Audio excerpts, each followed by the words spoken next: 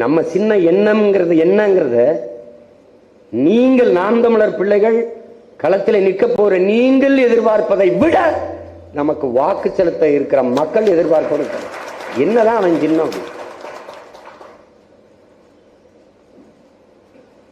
இப்ப தெரியுதா நீங்க எவ்வளவு பெரிய ஆளுன்னு? உங்களோட அவன் சண்டை போட முடியல, ஒரு ஆளை சமாளிக்க முடியல. 4 துணியில 4 பெட்டியில் 4 துணியை வச்சுட்டு போனேன். என்னை கைது பண்ணி நீ திருப்பி அனுப்புனான். பயம். பாஸ்போர்ட்டை பரிசு வச்சுக்கிட்டு தரமாட்டேங்கிறான். உலக நாடுகளில் போய் தமிழ் மக்கள்கிட்ட பேசிட்டா தமிழ் மக்கள் எழுச்சி வருவார்கள், அவன் பின்னாடி திரண்டு வருவார்கள். அச்சம்.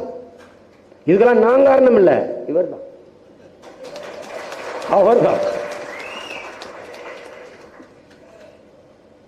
அவர்தான். நாம் எடுத்து வைக்கிற அரசியலின் ஆணி வேரும் அடிமரமும் கிளையும் இலையும் எல்லாமே அவர்தான். என்ன அவர் கருவி ஏந்தி செஞ்சாரு, நம்ம கருத்தியலை ஏந்தி செய்கிறோம். அவர் ஆயுதம் ஏந்தினார், நம்ம அறிவாயுதம் ஏந்திரம். அவர் சீருடை அணிந்து துப்பாக்கி வச்சிருந்தார், அது 2 நம்ம இடத்துல இல்லை. ஆனால் நாமும் நம் மக்களுக்கான ராணுவம் தான். நாம் தமிழ் தேசிய அரசியலின் குரல்களாக, வலிமை மிக்க குரல்களாக, எழுச்சி மிகுந்த குரல்களாக 40 குரல்களை தயார் செய்கிறோம்.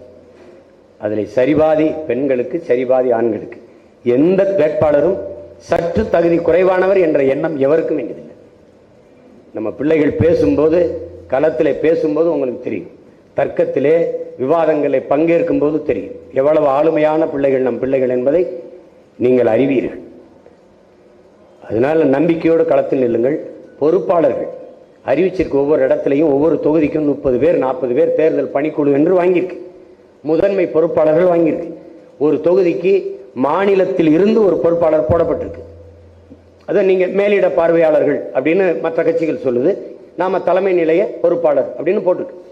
அவர்கிட்ட முறையிடுங்க, எதா இருந்தாலும் கடத்துங்க. தேவையற்ற செய்திகளை பகிராதீங்க. ஒரு குழு இருக்கா, அந்த குழுவில் உங்கள் சின்னம், உங்க வேட்பாளர் படம், அண்ணன் எடுத்து வைக்கிற தத்துவங்கள், முன்வைக்கிற முழக்கங்கள், எந்த தெருவு எங்க வேலை நடக்குது, எங்க போகுது, எந்த தெருவில் வாக்கு சேகரித்தீர்கள், இதை தான் பகிரணும். நல்ல செய்திகளை மட்டும்தான் பகிரணும். அங்க போய் சண்டை பிடிச்சக்கூடாது, சண்டை பிடிச்சிடக்கூடாது. அண்ணன் சொன்ன பச்சை மட்டை இதுவரை உங்களுக்கு இல்லை, இதுவரை உங்களுக்கு இல்லை. ஆனால் உங்களுக்கு பயன்படுத்துற நிலைக்கு அண்ணனை தள்ளிடாதீங்க. அப்புறம் அந்த அந்த ஆபீஸ் ரூமுக்குள்ள போங்க கதை தான். பார்த்துக்க, ஒழுங்கா வேலை செஞ்சிடும்.